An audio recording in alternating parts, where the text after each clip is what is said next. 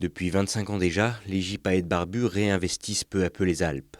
Cela grâce à un projet de réintroduction européen qui a d'ores et déjà permis à une cinquantaine de couples de s'installer dans l'arc alpin. Et parmi les premiers sites à avoir séduit un de ces couples, la falaise du Bargy sur les hauteurs du Reposoir. Un lieu toujours surveillé aujourd'hui afin de comprendre et suivre l'évolution de cette population.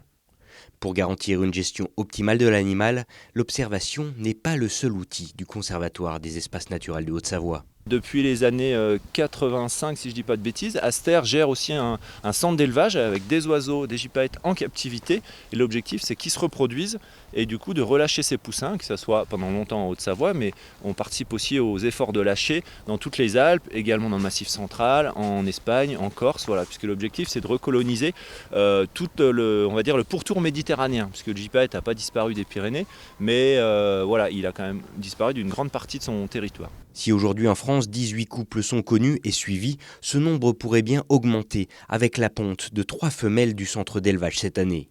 Pourtant la prudence reste de mise, l'hiver étant une période critique pour l'espèce, synonyme d'accouplement et rendant donc les rapaces plus sensibles à leur environnement. C'est une espèce très sensible déjà qui se reproduit très lentement, c'est-à-dire que les oiseaux ils sont adultes que vers 7 ou 8 ans, donc ils ne se reproduisent pas avant, et en moyenne ils produisent un poussin par couple tous les 3 ans. Puisqu'il y a une année, il va y avoir un échec naturel, ou alors il ne va pas y avoir d'accouplement, ou de choses comme ça. Donc dans leur cycle biologique, c'est déjà très très lent. Donc si en plus on rajoute nos perturbations humaines, liées à un passage d'hélico qui va effrayer l'oiseau qui va s'envoler, ou si c'est un site avec une cascade de glace, et des glaciéristes qui vont venir en janvier, juste au même moment où va y avoir la ponte, ça va poser problème, donc les oiseaux vont aller ailleurs. Donc on essaye de sensibiliser tous ces acteurs en fonction des sites, puisque différents sites ne vont pas avoir les mêmes types de perturbations.